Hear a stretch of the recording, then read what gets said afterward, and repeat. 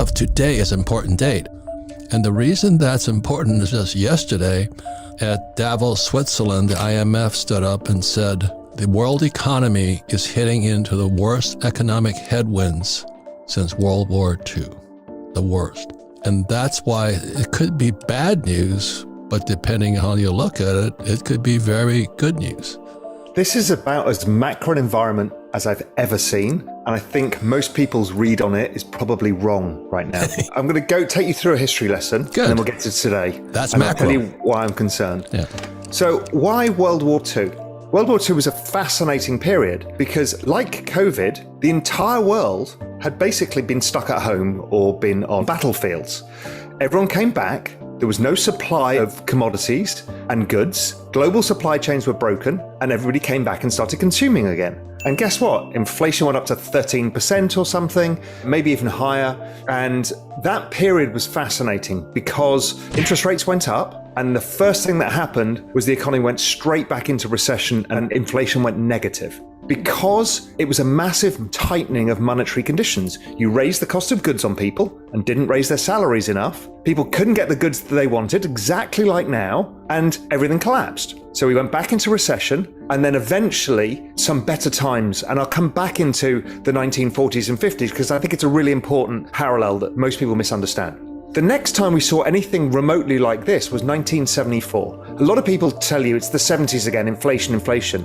Well, the inflation episode we had in the late 70s was driven by demographics. That was the baby boomers entering the workforce all at the same time. It was the largest demand shock the world had ever seen. And we had a supply shock of these oil crisis of the Arab oil embargo. That's not repeating now. What is actually more similar is 1974. 1974 was the Arab oil embargo. The price of oil tripled and interest rates went up, inflation shot up, and the immediate effect was the economy went down the toilet. Almost do not pass go. The stock market fell 50%, and the ISM survey, which is a good guide to the business cycle, anytime it crosses below 50, suggests the economy is getting weak. A recession comes at about 47. It hit 30, which was the lowest in all history, and it happened in a space of 4 months. Based on exactly the same kind of setup we've got now.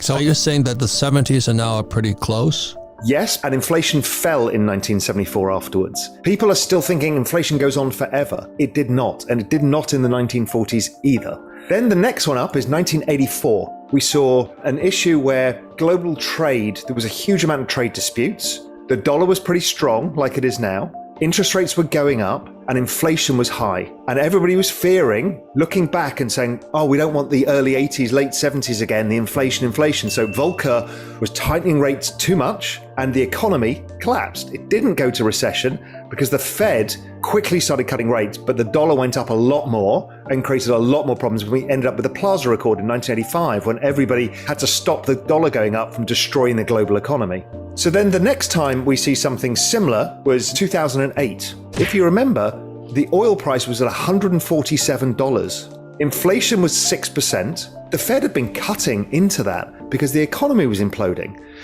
2018, exactly the same. Oil prices high, inflation high, the Fed were hiking rates, trying to tighten the balance sheet, and what happened is the economy rolled over really quickly again. Okay, so what's going on here? Why does this phenomena keep happening? Everyone extrapolates inflation out forever. What actually happens is that consumption falls because we've tightened monetary conditions. So tightening monetary conditions to ordinary people means the cost of your mortgage has gone up at the fastest pace in history. Over a 1 year period, mortgage rates have never risen this fast.